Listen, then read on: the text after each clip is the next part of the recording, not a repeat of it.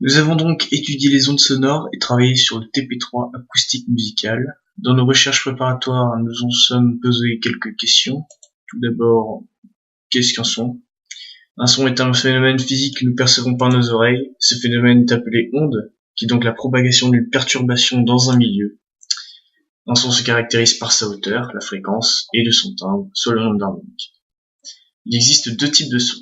Tout d'abord le son pur, qui est une onde sinusoïdale et dont la fréquence et l'amplitude sont constantes au cours du temps. Le diapason est un exemple de son pur, pratiquement pur. Il existe ensuite les sons riches, les sons complexes, qui eux se constituent de courbes périodiques mais non sinusoïdales. Le son complexe est donc une superposition de plusieurs sons, tout comme la plupart des sons que nous percevons dans notre environnement. Pour déterminer si un son est pur ou complexe, on réalise un spectrogramme. Ce dernier nous permet de mettre en évidence la fréquence de la fondamentale de ce son. Si un son est pur, il sera alors constitué d'une fondamentale, et si un son est complexe, il sera alors constitué de plusieurs fondamentales, appelées aussi harmoniques. On peut aussi noter qu'une harmonique est un multiple de la fondamentale. Par exemple, si la fondamentale est de 100 Hz, on aura une harmonique de rang 2, 2 fondamentales, soit 200 Hz, une harmonique de rang 3, 3 fondamentales, soit 300 Hz, etc.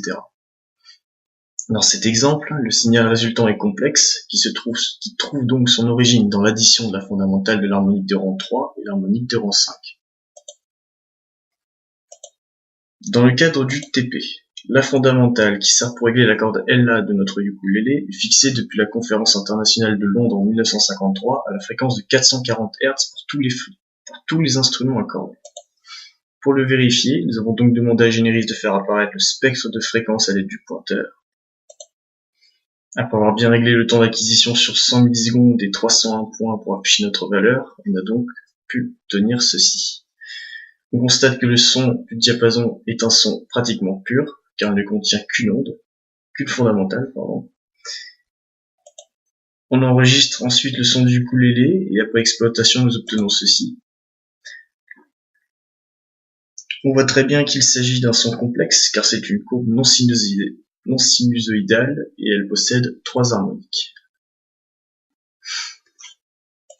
En conclusion, les sons du diapason et du ukulélé sont donc bien différents par leur timbre, sachant que chaque instrument possède son propre timbre.